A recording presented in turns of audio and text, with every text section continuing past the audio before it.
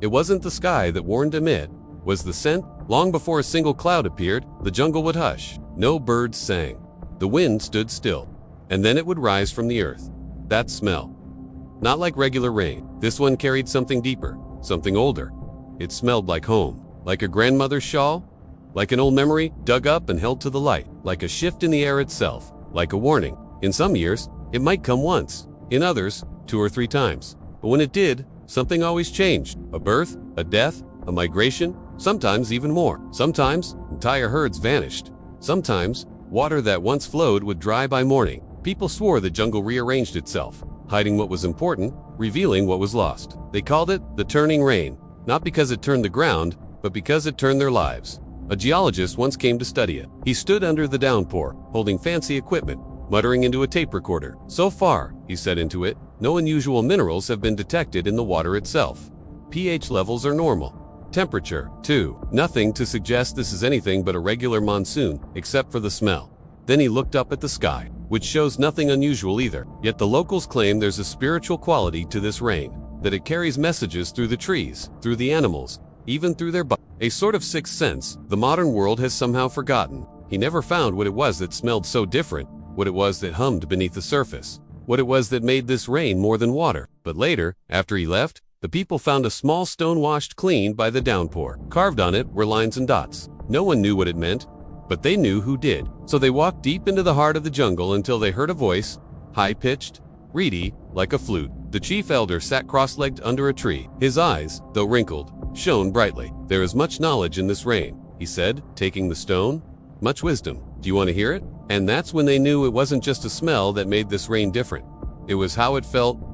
Cold, but alive. Like something walking beside you, invisible yet present. Like the spirit of the forest itself, heavy with stories, soaked with life, overflowing with the memories of ages. Children would wake up crying, not knowing why. Dogs would howl. Even snakes, who never ran from storms, would disappear beneath the nearest route. If you walk into the jungle after a dry spell, the first drops of this rain falling on hot soil will release a smell. Scientists say it's a chemical called Geosmin, derived from the Greek word for earth and smell. It's produced by certain bacteria in the soil. When it rains, those bacteria get stirred up and released into the air. Mix that with other chemicals created by plants and decaying stuff, and you get the distinct smell of rain on dry land. But that doesn't explain why this particular rain feels like more than chemistry. Why does it carry the weight of old magic? Why do the leaves rustle differently when it falls? Why does it make the animals restless? Why does it touch your skin like ice? Because sometimes it does more than just fall. It moves things. When it rains like this, hills wear new colors. Rivers turn from silver to jade. Spiderwebs gleam like spun gold. Mushrooms pop up overnight. Tiny jewels of life burst from the ground. Sometimes it heals. Farmers pray for this rain to heal their crops, for its wild energy to flow into withered leaves and failing fruit.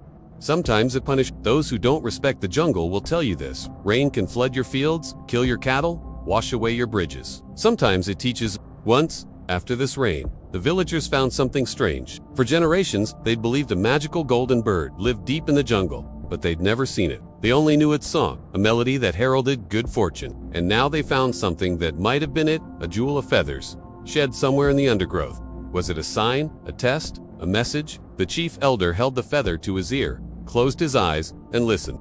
The bird was real, he said, and it sang only for those who were ready to hear it. Another time, it spoke of loss. For years, a woman had searched for her son. He disappeared into the jungle, she said, drawn by its mystery. She never thought to find him again, not as a human, anyway. After this rain, she went back to the place where he vanished. There, hidden under a tangle of roots, she found a skeleton, not frightening, but peaceful. Beside it lay a necklace of flowers, fresh as if placed there that morning. The rain had revealed what the earth had kept. The jungle had given them back a piece of their son. Sometimes the rain tells stories. Once, soon after this rain, the villagers discovered something incredible. They found ruins, tall stones, overgrown with moss, covered in carvings they didn't recognize. Hidden within were chambers filled with statues and scrolls nobody knew existed. The jungle had concealed its history and then revealed it. One day, a young woman wandered into the jungle. Her family had just moved to the area and she was exploring. She saw dark clouds gathering, but she kept walking, humming to herself. Soon,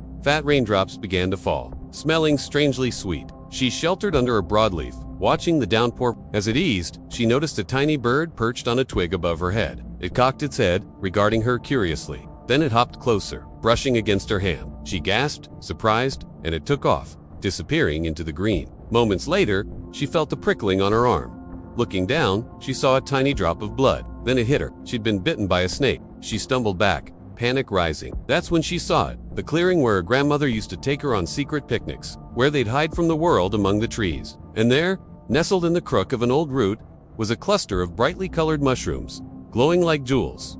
Was it a coincidence? Maybe. But as the rain intensified around her, she remembered what her grandmother had told her about this special rain. How it could bring sudden bites and stings.